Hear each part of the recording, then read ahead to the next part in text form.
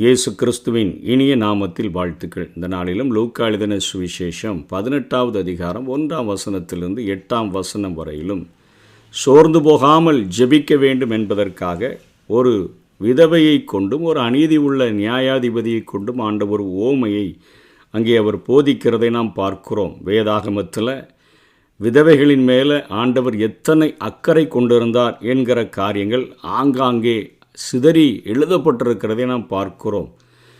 தாமாரை குறித்து ஆதியாகமம் 38வது அதிகாரத்தில் பார்க்கிறோம். நகோமி, ஓர்பால், ரூத்து அவர்களை ரூத் புத்தகத்திலே பார்க்கிறோம். ஈராமின் தாயை பார்க்கிறோம். செருகால், ஷாரிபாத் விதவை, ஒரு தீர்க்கதரிசியினுடைய மனைவி. அன்னாள் புதிய ஏற்பாட்டிலே பார்க்கிறோம். 2 காசு போட்ட ஏழை விதவை, நாயுனூர் விதவை, இந்த சோர்ந்து போகாத விதவை, தபித்தாள் என்ற தொற்கால் என்று சொல்லி அநேக விதவைகளை குறித்து பார்க்கிறோம். விதவைகளை பற்றி வேதாகமம் அக்கறை கொள்ளக்கூடியதாக இருக்கிறது. அவர்களை பராமரிக்க வேண்டும் என்கிற கட்டளை உண்டு. அது யாத்ராகமம் 22ஆம் அதிகாரம் 22லிருந்து 24 வரையிலும், உபாகமம் 10ஆம் அதிகாரம் 18ஆம் வசனத்திலையும் நாம் பார்க்க முடியும். அவர்களை ஒடுக்குவோரை தீர்க்கதரிசிகள் கண்டித்துள்ளதை நாம் பார்க்க முடியும். ஏசாயா 1ஆம் அதிகாரம் 17வது வசனத்திலும் 23வது வசனத்திலும் நாம் பார்க்க முடியும். கிறிஸ்து பரிசேயரை கண்டிக்கிறார். மத்தேயு 23:14 பார்க்கிறோம். சபை விதவைகளை பராமரிக்க வேண்டும் என்று 1 கொரிந்தியர் 7ஆம் அதிகாரம் 8ஆம் வசனம் 9ஆம் வசனத்திலே கொரிந்து சபைக்கு பவுல் எழுதுகிறார். 1 தீமோத்தேயு 5:3-16 வரையிலும் நாம் பார்க்கிறோம். யாக்கோபு தன்னுடைய நிருபத்திலே 1ஆம் அதிகாரம் 27ஆம் வசனத்திலேயும் அங்கே விதவைகளை ஆதரிக்கும்படியாக சொல்லுகிறதை பார்க்கிறோம். ஆதி சபை அவர்களை பராமரித்ததை அப்போஸ்தலர் 6ஆம் அதிகாரத்திலே நாம் பார்க்க முடியும். இங்கே இயேசு கிறிஸ்து ஒரு ஓமையை கற்றுக் கொடுக்கிறார். ஒரு பட்டணம் இருக்குது.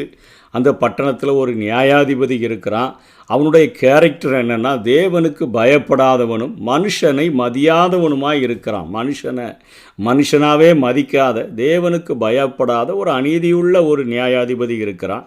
அந்த பட்டணத்தில் ஒரு விதவையும் இருக்கிறார். அவள் தனக்கும் தன் எதிராளிக்கும் இருக்கிற காரியத்தில் நியாயம் செய்ய வேண்டும் என்று அந்த நியாயாதிபதியின் இடத்துல அடிக்கடி போய் அவள் தொந்தரவு பண்ணி கொண்டே இருக்கிறார்.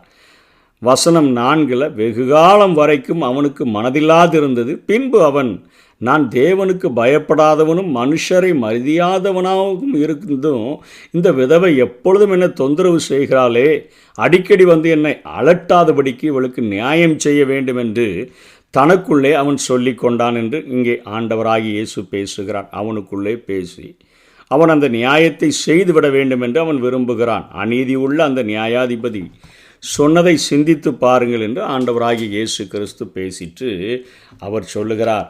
வசனம் 7-8 அந்தபடியே தேவன் தம்மை நோக்கி இரவும் பகலும் கூப்பிடுகிறவர்களாகிய தம்மால் தெரிந்து கொள்ளப்பட்டவர்களின் விஷயத்தில் நீடிய பொறுமை உள்ளவராக இருந்து என்று சொல்லி பேசுகிறதை பார்க்கிறோம். அவர்களுக்கு நியாயம் செய்யாமல் இருப்பாரோ என்று இயேசு கிறிஸ்து அந்த ஓமையை அவர் முடிக்கிறதை பார்க்கிறோம். சீக்கிரத்திலே அவர்களுக்கு நியாயம் செய்வார் என்று உங்களுக்கு சொல்லுகிறேன். இங்கே அநீதி உள்ள ஒரு நியாயாதிபதி, மனுஷரை மதியாதவன், தேவனுக்கு கீழ்ப்படியாத ஒரு நியாயாதிபதி அடிக்கடி அலட்டி கொண்டிருக்கிற ஒரு விதவை நிமித்தமாக வெகுகாலம் அவன் தாமதித்து அந்த காரியத்தை செய்ய வேண்டும் என்று நினைக்கிறான். இங்கே இரவும் பகலும் தம்மை நோக்கி கூப்பிடுகிறவர்களுடைய விஷயத்தில் நீடிய பொறுமை உள்ளவராய் இருக்கிற ஆண்டவர் சீக்கிரத்தில் அவர்களுக்கு நியாயம் செய்வார். அங்கே வெகுகாலம் சென்ற பின்பு இங்கே சீக்கிரத்தில் ஆண்டவர் நியாயம் செய்யக்கூடியவராக இருக்கிறார் என்று சொல்லி இயேசு கற்றுக் கொடுக்கிறார். லூக்கா 11ஆம் அதிகாரத்திலேயும் 5ஆம் வசனத்திலிருந்து 10ஆம் வசனம் வரையிலும் பாதி ராத்திரியில் ஒரு சிநேகிதன் தன்னுடைய இன்னொரு சிநேகிதனிடத்தில் தன் வீட்டிற்கு வந்த வழிப்போக்கனுக்காக ஒரு 3 அப்பத்தை தாய்ந்து வருந்தி கேட்டது நிமித்தம் தனக்கு சிநேகிதனாக இருந்ததுனால எழுந்து அவன் படுத்து தூங்கிட்டேன், நான் என்னுடைய வீட்டின் கதவையெல்லாம் அடைச்சாச்சு, என்னுடைய பிள்ளைகள் படுத்திருக்கிறார்கள் என்று சாக்கு போக்கு சொன்ன போதிலும் அவன் வருந்தி கேட்டது நிமித்தம் அவனுக்கு தேவையானதை கொடுப்பான் என்று சொல்லி அங்கே தொடர் ஜெபத்தை குறித்து ஆண்டவர் வலியுறுத்துகிறதை பார்க்கிறோம். சோர்ந்து போகாமல் தட்டிக்கொண்டே இருந்த தன் சிநேகிதனுக்காக வருந்தி கேட்டதை நிமித்தம் அவனுக்கு தேவையானதை கொடுப்பான் அல்லவா என்று இயேசு பேசினதை பார்க்கிறோம். 1 தெசலோனிக்கர் 5:17 இடைவிடாமல் ஜெபம் பண்ணுங்கள் என்று தெசலோனிக்கருக்கு பவுல் எழுதுகிறார். எபேசியர் 6:18 எந்த சமயத்திலும் சகலவிதமான வேண்டுதலோடும் விண்ணப்பத்தோடும் ஆவியினாலே ஜெபம் பண்ணி அதன் பொருட்டு மிகுந்த மன உறுதியோடும் சகல பரிசுத்தவான்களுக்காகவும் பண்ணும் வேண்டுதலோடும் விழித்திருக்கொண்டிருங்கள் என்று சொல்லி பவுல் பேசுகிறதை பார்க்கிறோம். நம்முடைய ஜெபங்களுக்கு உடனடியாக பதில் கிடைக்காவிட்டால் அல்லது நாம் நினைத்தது போன்ற பதில் கிடைக்காவிட்டால் நாம் ஜெபத்தை நிறுத்திவிடும்படி சோதிக்கப்படுகிறோம். இந்த சோதனைகளை பிசாசு நம்முடைய உள்ளத்திலேயே வைத்து நம்முடைய ஜெப வாழ்க்கையை அணைத்து போட விரும்புகிறான். அப்படிப்பட்ட சோதனைகளுக்கு நாம் விட்டு கொடுத்து விடக்கூடாது. ஜெபத்தை நிறுத்துதல் வாழ்க்கையில் தோல்வியையும் தேவனுடைய ஊழியத்தில் நமக்கு கனியற்ற நிலைமையையும் அது கொண்டு வந்து விடக்கூடியதாக இருக்கிறது.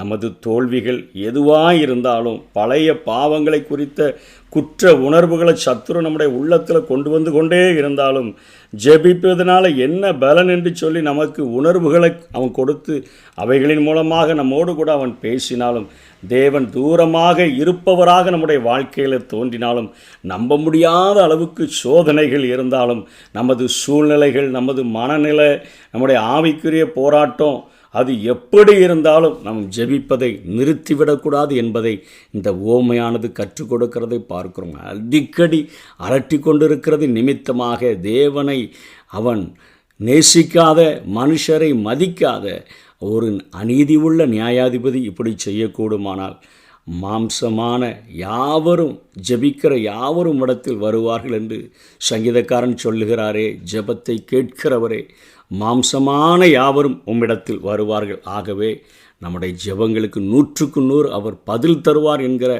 உறுதியை இங்கே ஆண்டவராகிய இயேசு கொடுக்கிறதை பார்க்கிறோம். அவருடைய வார்த்தைகள் அடங்கிய இந்த வேதாகமத்தில் ஒரு சிறு எழுத்தாகிலும் அந்த எழுத்தின் உறுப்பாகிலும் அது நிறைவேறாமல் அது அழிந்து போவதில்லை என்கிறத ஆண்டவர் அத்தனை உறுதியாக கூறுகிறதை பார்க்கிறோம்.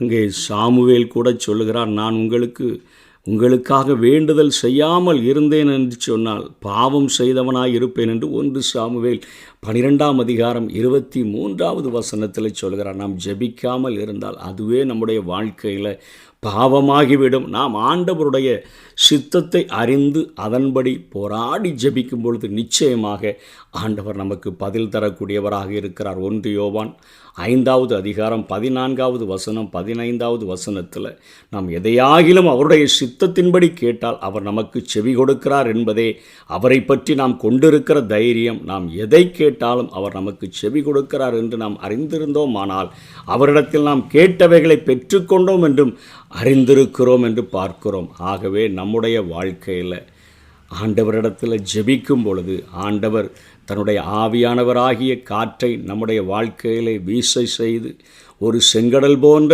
சூழ்நிலைகள் நம்மை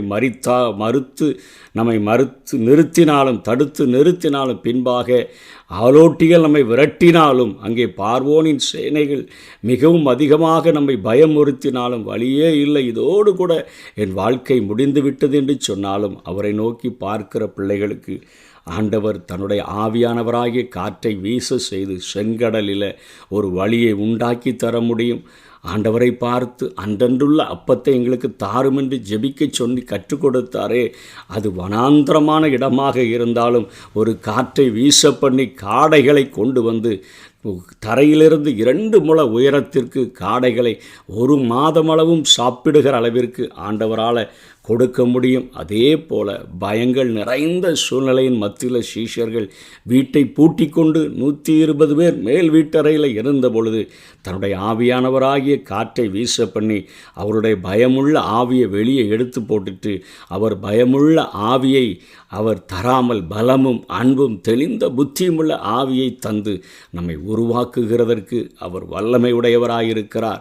அவரை நோக்கி ஜெபிக்கும் பொழுது பரிசுத்த ஆவியானவராகிய காற்று காற்று நம்முடைய வாழ்க்கையில் வீசும் பொழுது வழியில்லாத இடத்துல வழியையும், ஆகாரமில்லாத இடத்துல நமக்கு ஆகாரத்தையும், பயம் சூழ்ந்த சூழ்நிலையில் பலமும் அன்பும் தெளிந்த புத்தியும் உள்ள ஆவியை தந்து நம்மை வழி நடத்துகிறதற்கு அவர் இன்றைக்கும் உண்மை உள்ளவராக இருக்கிறார். சோர்ந்து போகாமல் ஜெபிப்போம்.